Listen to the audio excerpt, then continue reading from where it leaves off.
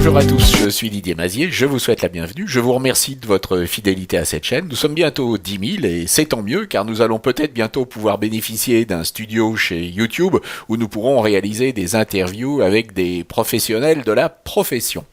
Je vous rappelle que vous pouvez retrouver toutes ces vidéos bien classées sur mon site qui est freeport.fr et vous pouvez également suivre des cursus sur masteracademy.com. Et puis n'oubliez pas de suivre toutes mes vidéos sur LinkedIn Learning où je me consacre essentiellement à la partie marketing.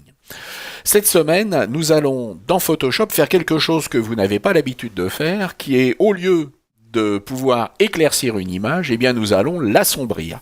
Et voyons comment nous allons sur un portrait qui est très sympathique, très bien fait, mais que l'on pourrait considérer comme un peu fade, arriver à donner plus de caractère à ce portrait. Alors mettons-nous au travail dès à présent. La première chose à faire est de transformer votre arrière-plan ou le calque en objet dynamique. Nous allons donc convertir en objet dynamique. Et puis ensuite, nous allons utiliser un filtre qui est le filtre Camera Raw. L'intérêt du filtre Camera Raw est qu'il nous permet de travailler sur absolument tous les aspects d'une image avec une seule et même interface. Alors nous allons nous intéresser ici aux effets et nous allons travailler avec un effet qui est le vignettage après recadrage. Nous allons augmenter ici le niveau de vignettage. Nous allons pouvoir travailler sur le milieu. Alors on peut également faire glisser le doigt sur le mot milieu.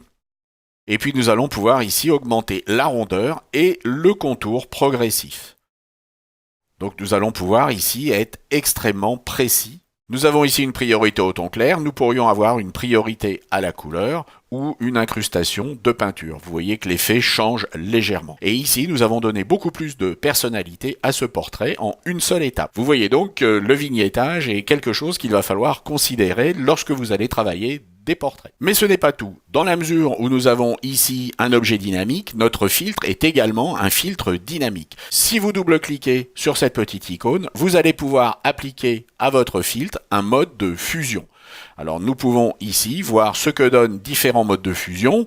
Il y a un aperçu. Si nous cliquons sur obscurcir, il ne va pas se passer grand chose. Mais si nous allons sur incrustation, vous voyez qu'ici il va se passer quelque chose. On pourra éventuellement travailler également sur l'opacité. Donc vous voyez que nous allons obtenir des effets qui vont être différents en fonction des modes de fusion. Vous voyez que nous avons ici un portrait qui est un peu fade, et nous avons ici quelque chose qui a beaucoup plus de personnalité. J'espère que cela vous a intéressé, et puis je vous dis à la semaine prochaine. Au revoir.